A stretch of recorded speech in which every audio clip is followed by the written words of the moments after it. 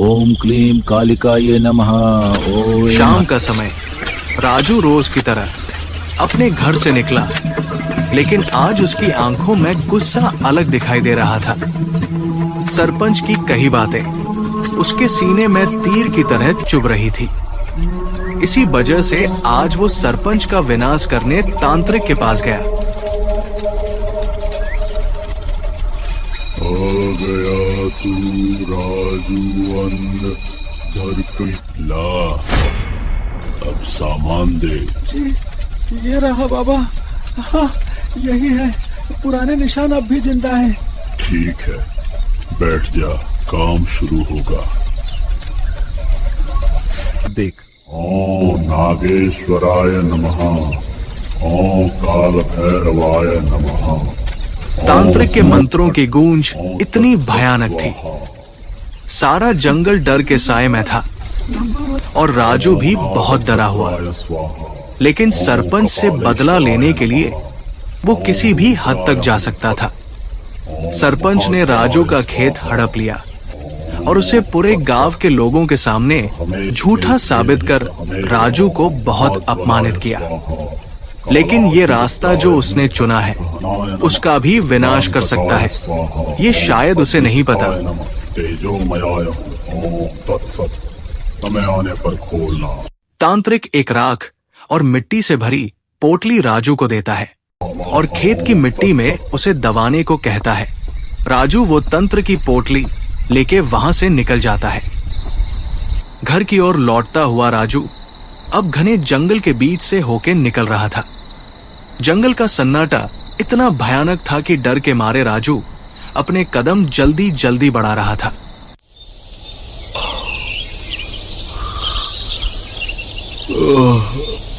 सुबह का समय राजू की आंख खुलती है। वो उठकर खड़ा होता है।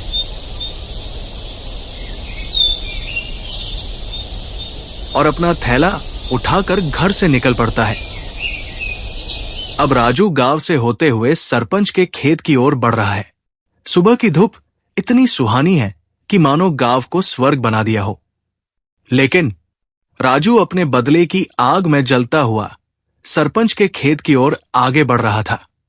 राजू सरपंच के खेत की मिट्टी खोदकर उसमें तांत्रिक के तंत्र की मिट्टी को मिला देता है और कहता, अब सरपंच के उल्टे दिन शुरू।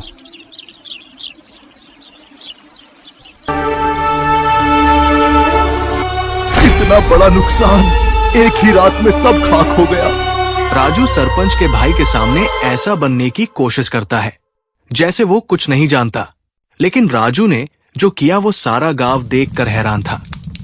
आखिर बिना आग लगे सारा खेत कैसे नष्ट हो सकता है, इस बात को राजू के अलावा कोई नहीं जानता था। आया, उस दिन मुझे नीचा दिखाया था ना। अब इसे तबाह कर दूंगा। जिसने भी ये हाल किया है मेरे खेत का, ढूंढ कर लाओ उसे। नाम ठिकाना सब पता होना चाहिए, और जब सामने लाओगे मेरी नजर में लेकर आना। जी सरपंच जी, हुक्म। तो कुछ कहना था कमरे में कह चुका हूँ, अब सबके सामने सुन लो।